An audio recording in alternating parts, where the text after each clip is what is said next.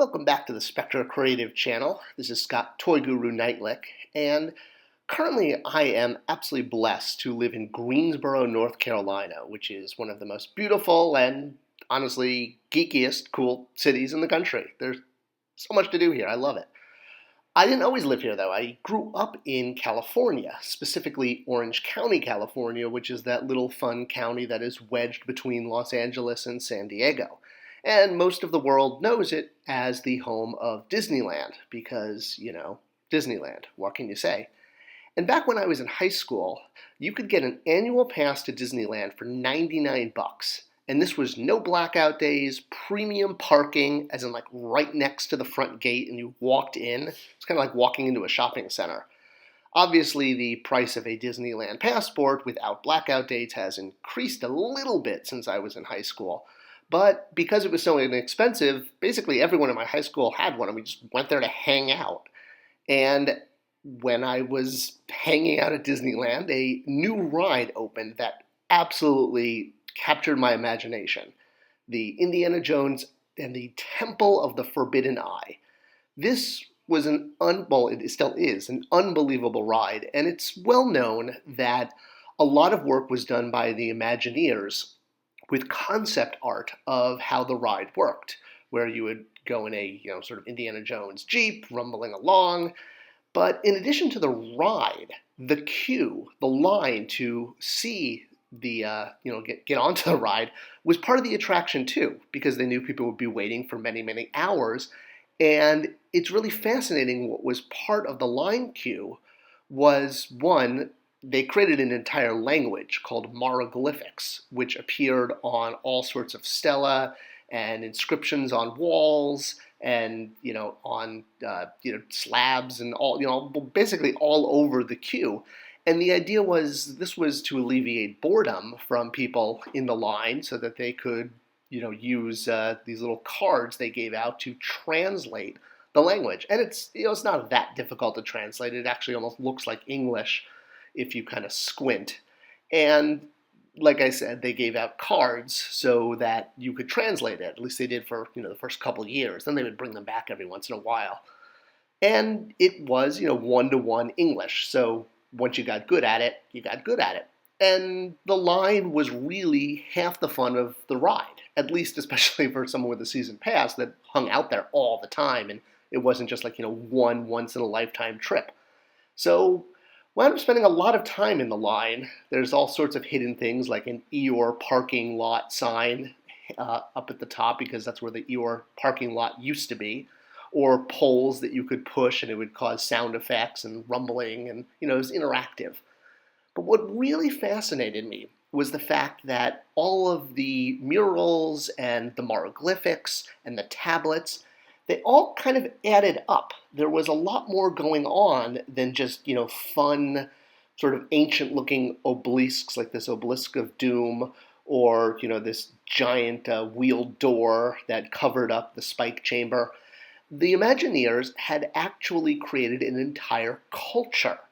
And the spike chamber wasn't just, randomly put there. There was actually a reason for being. And details like these floor tiles, which triggered the spikes. Well, being an annual pass holder and going all the time and being Indiana Jones fans, we thought it might be fun to create kind of like a Grail diary, like in Indiana Jones and the Last Crusade, where Henry's father writes down all of the clues to find the Holy Grail and mails it to his son. This later, or she'd have mailed it to the Marx brother. Will you? Well, needless to say, we were in high school, and, when you're in high school, you have kind of unlimited free time, and we thought keeping a Grail diary of the Indiana Jones ride would be kind of fun. So I got myself an old-looking leather journal and started, as an exercise, to really translate all the Maraglyphics. And that's how it started, because there were so many throughout the line, or the ride, we thought it would be really fun. And I'm saying we being me and my two best friends from high school, Brian and Greg. So started off just writing down all of the different Maraglyphics we saw throughout the line and translating them. But as we sort of dug further and further in and started really reading the inscriptions, we noticed that there's a lot more going on. Oh, I even had my diary signed by Mickey Mouse because I thought that would be really funny. Just like how in Last Crusade, the Grail diary is signed by someone else. All right, so back to my little diary here. So while we started off just looking at the alphabet and translating all of the different Maraglyphics throughout the line to, most of them were just commercials for AT&T telling you to choose wisely. AT&T was the sponsor for the ride when it first opened, but there were some glyphs and some drawings that actually really deepened the mystery. And a big one of those was in Indiana Jones's office, which is part of the line queue. You walk past it, and you walk past it pretty quickly, and you could miss that there's some details in here. And one of the really interesting details inside of his office was this map behind chicken wire. And, it was a little hard to see, but since we had unlimited time with annual passes, we would basically spend hours staring at this map. Eventually, it was sold years later in the gift shop, but like I said, that was years later. So because there was no map to buy, we started sketching it and sketching out making a copy of the map basically by hand. And it was really interesting because it went through and it named all of the different areas of the ride line, or really the temple. We had to start thinking of this as pretending it was an actual temple. And this is where it really gets interesting. So there was one notation on the map that pointed out these light tunnels that would come down through the earth and or rather, when it wasn't buried, they would just hit the actual temple because it wasn't always buried the way it is in the imagination. And they would hit the rotunda room, which is this room in the line. It's one of the larger indoor rooms in the line, big round room, hence rotunda. And in the center is this big slab that's propped up. Most guests know it from the back side of the slab because it's held up here, and on the back there's a little sign telling you that you should not pull the rope that's going down into the well where the slab has been removed. Here, you can see it from the back side, and of course, when you see a sign saying "Do not pull rope," fragile artifacts below. Well, of course, what's a Disneyland guest going to do but pull the rope? And when you do that, it sets off one of 10 voice sounds of an archaeologist going like, "Oh no, I've broken my, vase, oh, stop that." All right, so that's the back side, which most guests interact with. But it's the front side that's really, really fascinating. And that's what's pictured here as I kind of zoom in. And there's not that many good pictures of it. And that's actually what we're going to get into. When most guests walk past the front side, they basically, yes, just walk right past it and nobody bothers to look. And in fact, so many people have touched it that they've completely removed the illustration that's on it. It's been, obliterated by so many hands touching it over the years. Well, I guess fortune favors the teenager with too much time on his hand. And we really started sort of studying this slab before it got rubbed off after a few years. So it's meant to lie flat. You can see that it's held up by ropes, but if we're imagining the culture is real, the culture the Imagineers created, the slab would lie flat in that well. It wouldn't be propped up.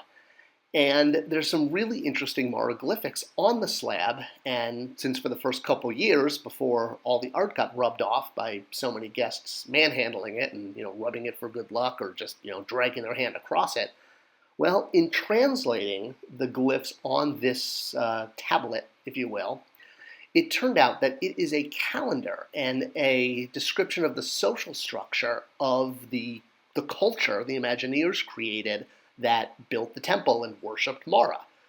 And the detail that went into this is amazing because it wasn't just a ride. They created an entire culture. So here is my sketch I made of the tablet before the art was rubbed off and what it looks like. It's really beautiful. And I actually wish I did more sketches and actually took some photos of it. It never occurred to me that it was going to get rubbed off after a couple years from too many guests touching it. But I'm glad for posterity's sake that I did make those sketch. And in each corner, it tells the culture what to do. So the top right corner says plant the seeds. The bottom right corner says plow the fields, in Maraglyphics, of course. And then the top left corner says that you should now reap the harvest. And, again, that's an illustration of somebody reaping. I hope I did it justice. I tried to copy it as best I could. And then the bottom says tribute to Mara. So with the slab lying flat and the light from the tunnels funneling down and hitting the slab through the rotunda, this slab worked as a calendar to tell the culture what to do and what time of year it was and how they should work on their crops or make a tribute to their god. And that to me is just absolutely an unbelievable detail that really gets missed. I guess it was kind of like this. So there's not too many photos of this slab. There's a couple online because there is a hidden Mickey on it, and mostly that's what people were noticing, completely sort of moving past the fact that there were inscriptions talking about the culture and the calendar and how it lived. And I'm blown away even today by the fact that the Imagineers didn't just create a ride, but within the line for the ride, they had created an entire culture and a whole storyline. The pillars and the obelisk of doom and all the three tablets talking about the different chambers. It's very, very intricate, and there is a whole mythology they created that's told in Maraglyphics. Another interesting detail is this one. This is a statue that's inside Indiana Jones' office in the line queue, a photograph of the statue that I took. And we like to use black and white photography because we were pretending it was 1935. So it's noted in some scribble notes next to the statue that it was originally found here inside of the top of the temple. So that would be this part here outside the temple entrance in sort of Disneyland proper. The idea that particular statue was excavated from a chamber inside of the very top. I guess there's a small hidden chamber in there. And there's even details about how much the statue weighs, that it's called Statue 49B, how that's 16 inches tall, it's made of lime rock and granite. These are all these details that were put into the line. There's also an amulet that was 1 inch by 2 inches that also described Mara that used to be sold at the Disney Gallery, but long gone since. So there were all these things out in '95 when the ride opened that just don't exist anymore. And now that the ride is closed down for renovations, I'm wondering, are they going to bring some of this stuff back? Are they going to repaint the mural on the tablet? They even incorporated the Jungle Cruise into the map. You can see the elephants and all the different aspects of the Jungle Cruise were considered part of the temple complex, and a great way to combine the rides. So what started off as just doodling and translating all the Maraglyphics actually turned out to be a record of now a lost piece of art from the ride that explains the culture. And now I'm kind of so glad I did this, and I'm glad to share it with all of you online because it really shows the details the Imagineers put into this. I hope you enjoyed this. If you'd like to see more of the diary, there's hundreds of pages that I did, and I'm happy to make a follow-up, but it's not as mind-blowing, I think, as the tablet there. A subscription and a like is appreciated because that tells YouTube to share this with more people. Thanks for watching.